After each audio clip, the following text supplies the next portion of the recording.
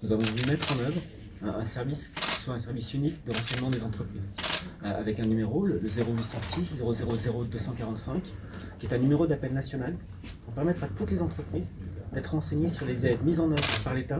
Quelquefois, les professionnels entendent des mesures, disons 10 000 € du fonds de solidarité, ils se disent mais est-ce que c'est vraiment vrai, est-ce que c'est vraiment 10 000 €, comment je vais faire pour y accéder, à quel moment, qu'est-ce que je vais leur donner comme information. Voilà, des demandes très simples de la vie quotidienne, mais notre objectif c'est réellement que ces aides aboutissent aux professionnels de façon à compenser leur perte de chiffre d'affaires et à faire que cette période difficile n'ait pas pour eux de conséquences pour l'avenir. La France est le pays au monde où il y a le plus de soutien financier pour les entreprises. C'est normal, c'est un choix politique qu'a fait le président de la République, c'est de dire que naturellement la sécurité sanitaire est indispensable, mais qu'à côté, il ne faut pas que l'économie s'effondre.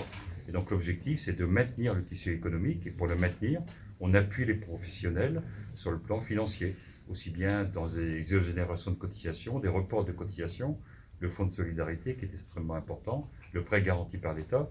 Tout ça, ce sont des mesures qui ont montré lors du premier confinement qu'on avait réussi à maintenir le tissu économique.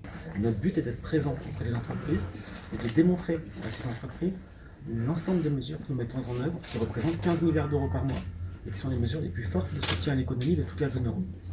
À un moment donné, le virus, on arrivera à en sortir, et ce qu'il faut, c'est que l'économie soit présente pour qu'on ait un rebond assez rapide.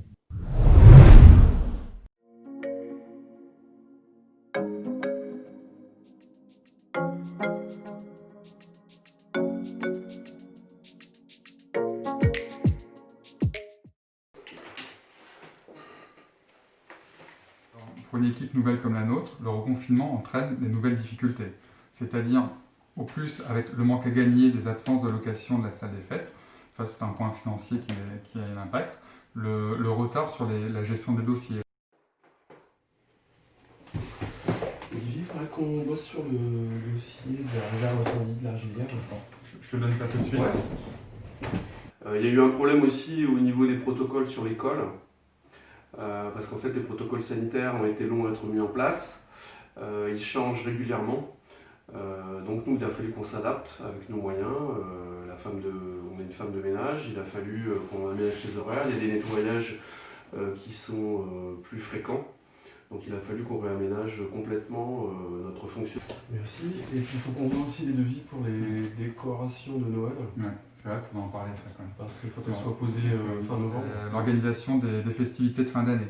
On a dû trouver des solutions pour remplacer l'arbre de Noël des enfants et le repas des anciens. Donc là aujourd'hui on travaille sur des colis, on travaille sur le dépôt à domicile des jouets des enfants. On travaille avec des prestataires, des entreprises, et qui eux ont un calendrier qui a été perturbé avec le Covid.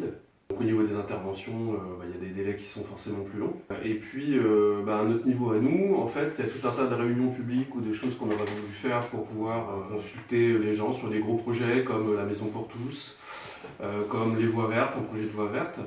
Forcément, Covid fait qu'on ne peut pas faire ces réunions publiques. Donc forcément, c'est un peu frustrant. Ça fait une consultation qui est moins intéressante, moins riche. Le Covid n'a pas arrêté les choses, il les a ralentis. Parce que forcément les délais sont plus longs à tous les niveaux, que ce soit au niveau de l'administration ou au niveau privé. Ok, c'est bon pour vous? Merci.